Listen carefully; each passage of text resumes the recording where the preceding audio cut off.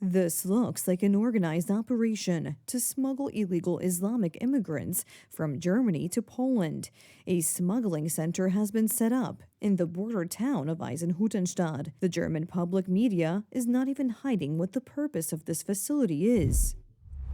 A Dublin center has been established in Brandenburg. Foreigners scheduled for repatriation to another EU country, mainly Poland, will be accommodated there. In den allermeisten Fällen Polen. The director of this center highly praises the cooperation with Poland. Poland is the right partner, and we need to set up procedures accordingly so that we can move people quickly. Fakt ist aber, As Wirtualna Polska writes, the Germans want to drop off up to 8,000 people a year to our country from this center alone.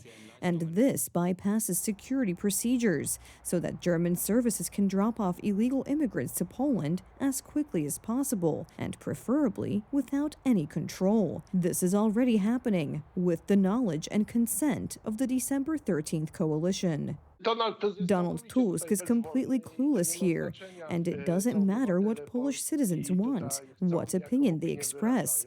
He will not oppose it in the slightest way, well, because it is difficult for his backers and patrons to say no. That's what he was elected for. That's why he was sent here, so that Germany will implement its policy, including migration policy. The situations are scandalous, that on the border, German police basically do whatever they want. What scares most is the passivity of the ruling coalition, which, risking the safety of Poles, accepts migrants who are being transported from Germany. Other countries do not allow Berlin to do this. This is how the Italians, Greeks, and Bulgarians, for example, are behaving now, and they simply refuse to take them in, and Poland could refuse as well. But instead, German police transporting illegal immigrants are entering our country as if it were their own country. We have to be very careful with these procedures because they can quickly become systemic mechanisms. It is in Germany's interest to create a system of expulsion of migrants from Germany to Poland. Let's be careful about that.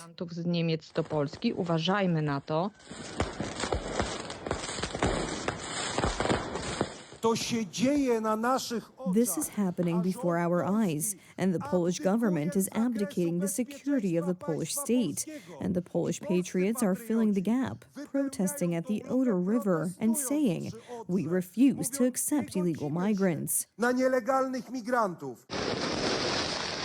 With Poland's ruling coalition on their side, the Germans want to move dangerous migrants into our country, which they themselves have taken in. Not only the Germans, also the French or the Belgians already know very well how great a threat illegal Islamic immigrants are. In addition to the increase in violence and terrorism, mass Arab, Muslim, and African immigration poses a real threat to the cultural, ethnic, religious unity of our societies.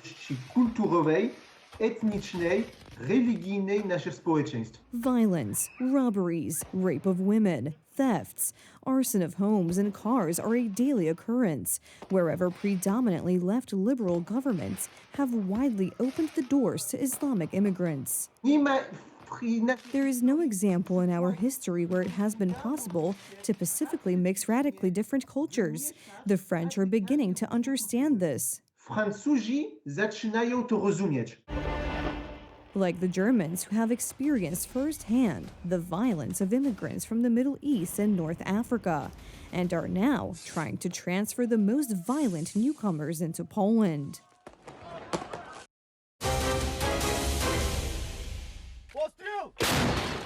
Difficult peace talks in Ukraine are entering another phase. Everyone expects that a breakthrough could occur in the coming days. I expect there will be a phone call between the two presidents in the coming week. We're also continuing to engage and have conversation with the Ukrainians. We're advising them on everything we're thinking about. He added that his recent conversation with Vladimir Putin in Moscow was substantive and solution-oriented. However, solutions are still lacking. Meanwhile, missiles are continuously falling on Ukrainian cities. Ukrainian President Volodymyr Zelensky stressed that the attacks prove that Russia is not de facto seeking to end the war. Those who want the war to end as soon as possible do not act this way. Therefore, together we must put pressure on Russia to end its aggression. Decisive measures are needed, including sanctions, which must not only be maintained, but constantly strengthened. Ukraine has agreed to a 30-day ceasefire, among other things, after talks with the United States.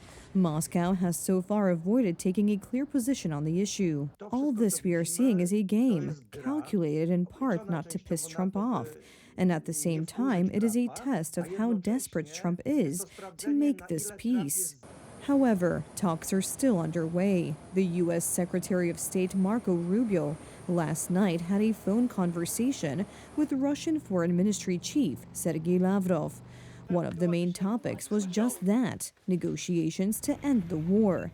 Now the ball is in Russia's court. Whatever decision the criminal from the East makes, experts remind us that Russia cannot be fully trusted. In the past, Putin has repeatedly shown that he does not abide by the agreements made. Despite the fact that Russia should never be trusted and we shouldn't count on any deep reform being possible, one thing must be remembered. Poland has been able to take advantage of those moments when Russia shows a certain weakness. This was well known by the late president of Poland, Lech Kaczynski, who flew to Tbilisi to support the country at a critical moment after Russia's aggression against Georgia in 2008. And we also know very well that today Georgia, tomorrow Ukraine, the day after tomorrow the Baltic states, and later maybe it's time for my country, Poland. This gesture has recently been unexpectedly appreciated by Rafał Trzaskowski. Do you remember President Lech Kaczynski in Tbilisi? It doesn't matter if anyone voted for Lech Kaczynski then or not, but we all felt proud. Yes, we are tough. We support Georgians. We know how to do it.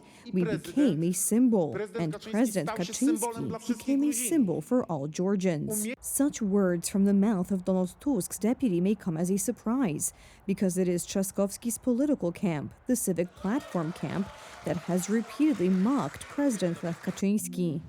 What a shameless liar. Trzaskowski thinks Poles don't remember how Sikorski and Tusk were bad-mouthing President Lech Kaczynski for that trip to Georgia?